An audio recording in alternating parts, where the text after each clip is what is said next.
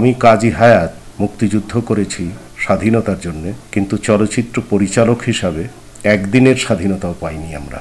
শুধুমাত্র যেটা প্রয়োজন আমি মনে করি সেটা হচ্ছে স্বাধীনতা।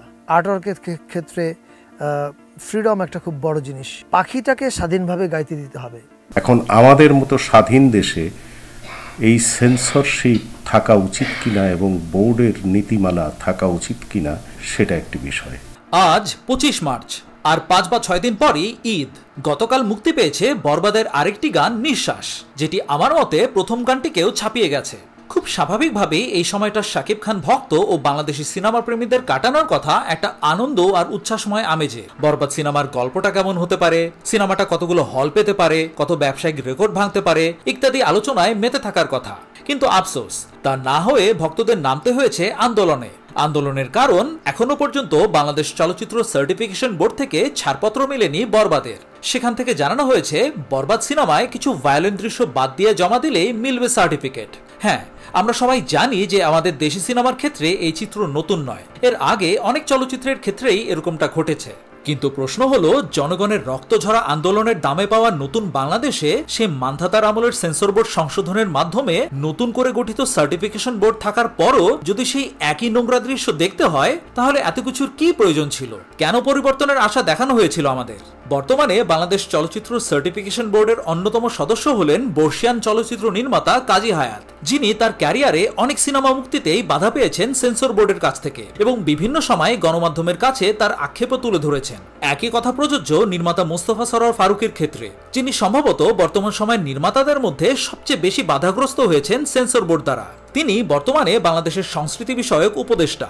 এই দুইজন ভুক্তভোগী নির্মাতা ক্ষমতায় থাকার পরও যদি তারা তাদের ফেলো নির্মাতাদের স্ট্রাগলটা বুঝতে না পারেন, ফ্রিডম অফ স্পিচের প্রয়োজনীয়তা ভুলে যান, তাহলে বোধহয় আমাদের দেশের ফিল্ম অঙ্গন থেকে সাহসী কিছু আশা করাটা আমাদেরই বোকামি। বরবাদ একটি অ্যাকশন সিনেমা। বর্তমান সময়ে সারা বিশ্বে, বিশেষ করে এই সাবকন্টিনেন্টের সিনেমায় অ্যাকশন দৃশ্যের এক্সিকিউশনে এসেছে অনেক পরিবর্তন। গল্পের চাহিদা অনুযায়ী বিভিন্ন ধরনের ভায়োলেন্ট দৃশ্য হরহামেশাই থাকছে সেসব সিনেমায়। আমাদের দেশের সিনেমার অনেক দর্শকই সেসব দৃশ্য সম্বলিত সিনেমা নিয়মিত উপভোগ করছেন এবং স্বাভাবিকভাবেই তারা আমাদের দেশের অ্যাকশন সিনেমাতেও সেরকম দৃশ্য আশা করবেন, যেটার আভাস বরবাদ আমাদের দিয়েছে। এখন সেই গুরুত্বপূর্ণ ভায়োলেন্ট দৃশ্যগুলো যদি সিনেমা থেকে বাদ দেওয়া হয়, তাহলে খুব স্বাভাবিকভাবেই সিনেমার আবেদন অনেক কমে যাবে, যেটা কারোই কাম্য নয়। আর শাকিব খান হেটার্সরা যদি এটা মনে করেন যে ঈদে বরবাদ মুক্তি না পেলে দাগি কিংবা জঙ্গলির মতো বাকি সিনেমাগুলো চুটিয়ে ব্যবসা করতে পারবে, তাহলে তারা বোকার স্বর্গে বাস করছেন।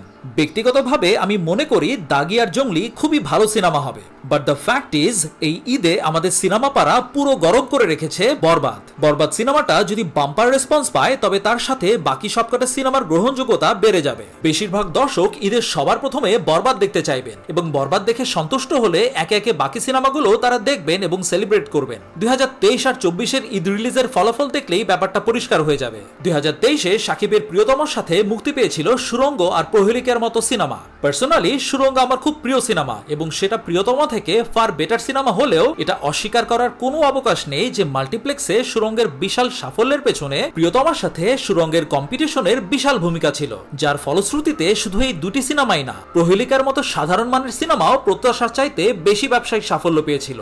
এখানে যারা রায়হান রাফির ব্র্যান্ড নেমের কথা টানবেন, তাদের মনে করিয়ে দিতে চাই, যদি রায়হান রাফির ব্র্যান্ড নেমটাই যথেষ্ট হতো, তাহলে তার নির্মিত দহন বা দামালোর ব্লকবাস্টার হতো। এবার আসি গত বছরের রোজার ঈদের প্রসঙ্গে। হিমেল আশরাফ আর আদনান আশরাফের ভুল প্রমোশনাল স্ট্র্যাটেজির কারণে প্রিয়তমা থেকে সুনির্মিত সিনেমার রাজকুমার না সেরকম হাইপ সৃষ্টি করেছিল আর না সেরকম প্রত্যাশা মাফিক ব্যবসা করেছিল, যার ফলশ্রুতিতে ঈদে মুক্তিপ্রাপ্ত অন্যান্য ভালো কিছু সিনেমাও ভালো ব্যবসা করতে পারেনি। অনেকদিন পর এই ঈদে মোট 3টি সিনেমা নিয়ে দর্শক অনেক আগ্রহী রয়েছে। প্রথমবারের মতো মুখোমুখি হতে যাচ্ছে শাকিব, নিশো আর সিয়াম। বরবাদের সাফল্যে যে পুরো ইন্ডাস্ট্রি লাভবান হবে সেটা বাকি সিনেমার কলকুশলীরাও জানেন, আর তাই বরবাদের বিরুদ্ধে সেন্সর বোর্ডের এই বিরূপ আচরণের প্রতিবাদ তারাও করছেন।